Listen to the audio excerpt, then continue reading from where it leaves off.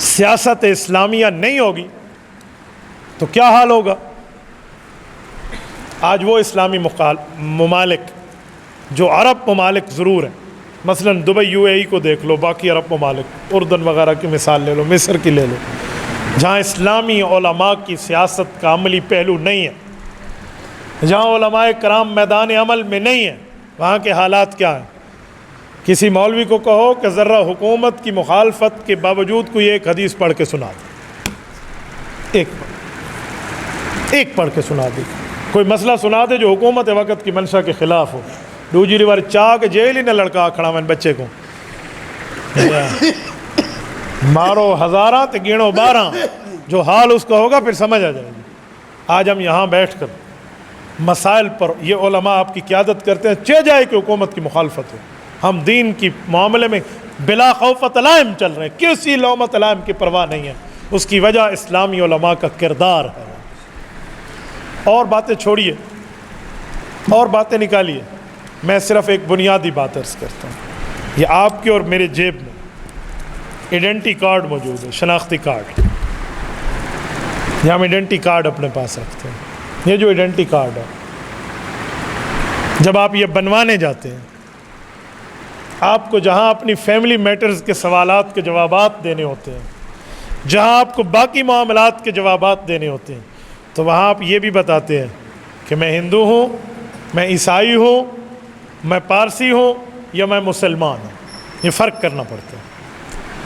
علماء کرام کی محنت تھی کہ شناختی کارڈ میں ختم نبوت کے خانے کی بحالی کروائی کہ بھائی قادیانی بھی تو خود کو مسلمان کہہ دے گا، وہ کتے کے نام پہ بکرے کے نام پہ کتے کا گوشت بیچ رہا ہے،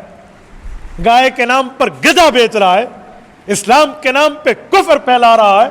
اس کا علیحدہ مینشن ہونا چاہیے کہ آپ قادیانی ہو یا مسلمان ہو۔ آپ کو اس کا جواب دینا پڑتا ہے، اس کی وجہ اسلامی علماء کا کردار ہے۔ میں ایک چھوٹی سی مثال دے رہا ہوں جو آپ کے اور ہم سب کے پاس موجود ہے۔ اگر اس سے بھی تھوڑا آگے بڑھیے تو امیر شریعت سید عطا اللہ شاہ بخاری، اللہ اس کی قبر پہ کروڑوں اربوں رحمتیں نازل فرمائے۔ اس نام سے کون بد نصیب ہوگا جو شاید واقف نہ ہو ہماری اس دھرتی کا۔ عطا اللہ شاہ بخاری،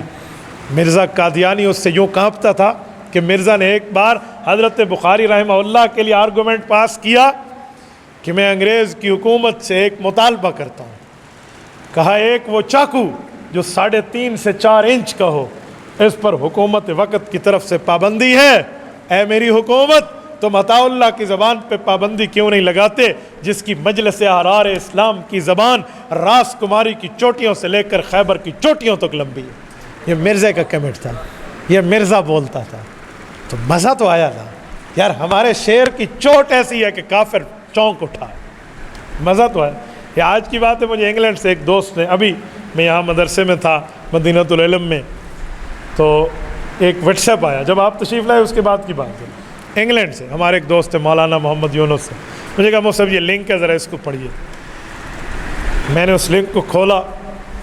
تو یہ 4 دن پہلے کی بات ہے، قادیانیوں کے آفیشیل پیج سے میرے نام کی تردید جاری ہوئی کہ ہمارے دشمنوں میں جو سب سے بڑا معاملات چلا رہا ہے انٹرنیٹ پر، یہ مفتی عبدالواحد قریشی ہے، اور انہوں نے میرا نام لے کر تردید کی۔ اس میں پہلے مرزا کی مسرور کی بات فلاں، میں ابھی دیکھ رہا تھا۔ اللہ کی قسم مجھے بہت خوشی ہوئی، مجھے بہت خوشی ہوئی ہے۔ حضرت تشریف فرما ہے، میں اللہ رب العزت کو حاضر ناظر جان کر کہہ رہا ہوں، مجھے اپنے اعمال پہ گھمنڈ نہیں ہے،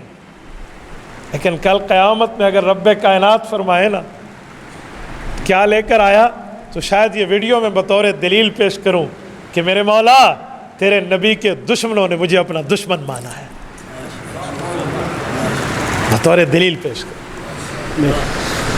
میرے دوستو، کتنی بڑی خوش نصیبی کی بات ہے کہ 7 سمندر دور بیٹھا ملت قادیانیہ کا کافر اعظم یوں کانپ رہا ہے۔ یہ محنت ہوتی ہے انٹرنیٹ کی۔ آج مجھ سے وہاں علماء سوال کر رہے تھے کہ ہمارے لیے سوشل میڈیا کا استعمال، میں نے کہا جائز استعمال تمہارے لیے وجوب کے درجے میں، کبھی نہیں چھوڑنا، کبھی نہیں چھوڑنا۔ تو میرے دوستو، حضرت بخاری کی بات کر رہا تھا۔ حضرت بخاری رحمۃ اللہ تعالی علیہ نے 1953 میں جو تحریک ختم نبوت چلائی، 10 لاکھ مسلمان بے گھر ہوئے، 1 لاکھ مسلمان زخمی ہوئے، 10,000 مسلمانوں کی شہادت ہوئی، لیکن یہ مسئلہ اسمبلی سے منظور نہ ہو سکا، حتیٰ کہ 28 اگست 1961 کو حضرت عطا اللہ شاہ بخاری اس دھرتی سے تشریف لے گئے، دائی اجل کو لبیک کہہ گئے، ہمیں داغ مفارقت دے گئے، لیکن امیر شریعت کی زندگی میں اس کی آنکھوں نے قادیانیت کو کافر اقلیت قرار دلواتے ہوئے نہیں دیکھا۔ کیوں؟ اس وقت ہمارے پاس مذہبی پاور ضرور تھی، مدرسے کی پاور ضرور تھی، خانقاہیں ہمارے ساتھ ضرور تھیں، علماء مؤلفین و مصنفین ہمارے ساتھ ضرور تھے، دعوت و تبلیغ کی دعائیں ساتھ تھی، مجاہدین اسلام ساتھ تھے، لیکن سیاسی قوت اس وقت علماء کو حاصل نہیں تھی۔ پھر ایک وقت آیا 1970 کے بعد رب کریم نے ڈیرہ اسماعیل خان کی دھرتی پر ایک علماء کا چمکتا ستارہ، قائد ملت اسلامیہ حضرت مولانا مفتی محمود کو اسمبلی کے لیے جتوا دیا، اور اس وقت کے پتہ نہیں کیا سے کیا مقابلے میں بڑے بڑے آئے اور شکست فاش دے کر مفتی محمود اسمبلی کے ممبر بنے۔ اور اس شخص نے اسمبلی میں پہنچ کے دیوبندی، بریلوی، اہل حدیث تمام علماء کو ساتھ لے کر یکجہتی کا مظاہرہ کرتے ہوئے پوری امت کے زعماء کی قیادت کرتے ہوئے اسمبلی کے لوگوں کو اس بات پر آمادہ کر لیا کہ ہمیں اوپن ڈیبیٹ کرنی چاہیے، کھلی بات کرنی چاہیے، اسمبلی کے فورم پہ قادیانیوں کو بلا کر انہیں موقع دینا چاہیے کہ اگر تم خود کو مسلمان کہتے ہو، اگر تمہارا دعویٰ اسلامی ہے، اگر تمہارا یہ اعلان ہے کہ تم مسلمان ہو، آؤ دلیل کی دنیا میں اسمبلی کی forum per point of the order کے تحت خصوصی آرڈیننس میں ہم تمہیں یہاں بلاتے ہیں، آ کر اپنے اسلام کو ثابت کرو تم کیسے مسلمان۔ اس وقت اسمبلی سے باہر تحریک محدث جلیل علامہ سید یوسف بن نوری رحمہ اللہ کی قیادت میں زوروں پر تھی، اور اسمبلی کے اندر تمام مسالے کے اسلام متفق ہو کر قائد ملت اسلامیہ مولانا مفتی محمود کے پرچم تلے تھے، اور وہ دنیا نے وقت دیکھا، چشم فلک نے وہ منظر دیکھا جو اس پوری دھرتی پر کہیں نہیں ہے۔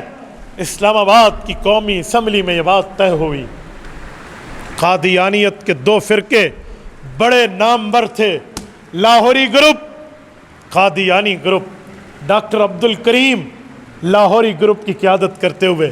مرزا ناصر بن مرزا بشیر الدین محمود مرزا قادیانی کا پوتا قادیانی گروپ کی قیادت کرتے ہوئے خصوصی آرڈیننس کے تحت، کیونکہ ممبر نہیں تھے اسمبلی کے، خصوصی آرڈیننس جاری ہوا اور یہ اسمبلی میں آئے اور علماء بھی بیٹھے، اور وہاں 13 دن بات چلی ہے۔ آج اللہ جزائے خیر دے ہمارے عالمی مجلس تحفظ ختم نبوت کو، حضرت مولانا اللہ وسایہ دامت برکاتہم العالیہ کو، انہوں نے پوری قومی اسمبلی کی کارروائی حضرت مولانا فضل الرحمان دامت برکاتہم کے واسطے سے اسمبلی سے نکلوائی اور اس کو کتابی شکل دی، 5 جلدوں میں پوری کی پوری کارروائی چھپ کے آج آپ کے ہاتھ میں مارکیٹ میں آ چکی ہے۔ وہاں اگر کوئی بیٹھے ہوئے یوں کھانسی بھی کرے تو یہ بھی اندراج ہو جاتا ہے کہ اس نے یہاں کیا کیا،